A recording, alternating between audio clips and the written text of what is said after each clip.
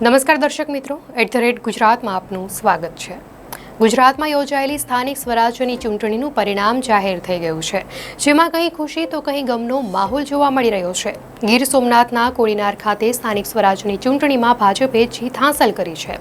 જીત બાદ વિજેતા ઉમેદવારો દ્વારા વિજય સરઘસ કાઢવામાં આવ્યું હતું અને બાદમાં જાહેર સભા યોજવામાં આવી। કોડીનારમાં ભાજપના વિજય બાદ પૂર્વ સાંસદ દ્વારા જાહેર સભામાં કલેક્ટરને ખુલ્લો પડકાર ફેંક્યો હતો। ધીરુ સોલંકીએ જાહેર સભામાં કલેક્ટરને ખખડાવ્યા હતા। પૂર્વ સાંસદે જાહેર સભામાં જિલ્લા એસપી મનોહરસિંહ જાડેજા તથા પોલીસના ભરપૂર વખાણ કર્યા હતા। તેમણે વધુમાં કહ્યું હતું કે ભલે મારે રાજકારણ અને જાહેર જીવન મૂકવા પડે, પણ ભ્રષ્ટાચારને ઉજાગર કરીને જ ચંપીશ। તેમણે કહ્યું, અમે ભ્રષ્ટાચાર વિરુદ્ધ મોરચો ખોલીશું।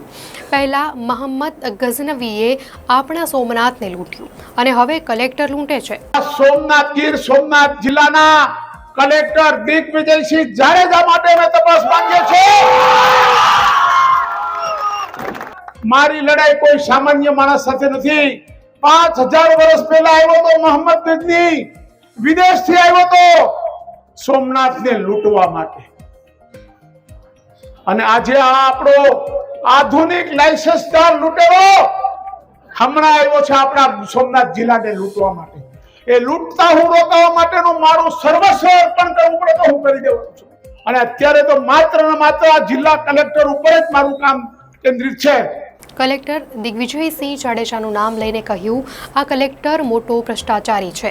ગુજરાત અને કેન્દ્ર સરકારમાં પણ હું રજૂઆત કરવાનો છું। તારાથી થાય તે કરી લે કલેક્ટર, પણ મારી પ્રજાને પીડાવવા નહીં દઉં। હું તમને આજે પણ નહીં અને કાલે પણ નહીં મૂકું। હું પ્રજાનો પ્રતિનિધિ છું અને કાયમી રહેવાનો છું।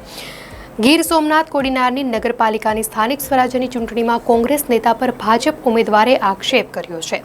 વહીવટી તંત્ર પર મિલીભગતના આક્ષેપ પણ લગાવ્યા છે। 24 કલાક બાદ પણ ફરિયાદ અંગે કોઈ પગલાં લીધા ન હતા। કોંગ્રેસના નેતા માનસિંહ ટોડિયા પર આક્ષેપ લગાવ્યા હતા। ચૂંટણી અધિકારીની પરવાનગી વિના બૂથમાં ફરી રહ્યા હતા, જે બાબતે ચૂંટણી પંચને લેખિત ફરિયાદ કરવા છતાં ચૂંટણી પંચના આંખ મીચામણા કરે છે।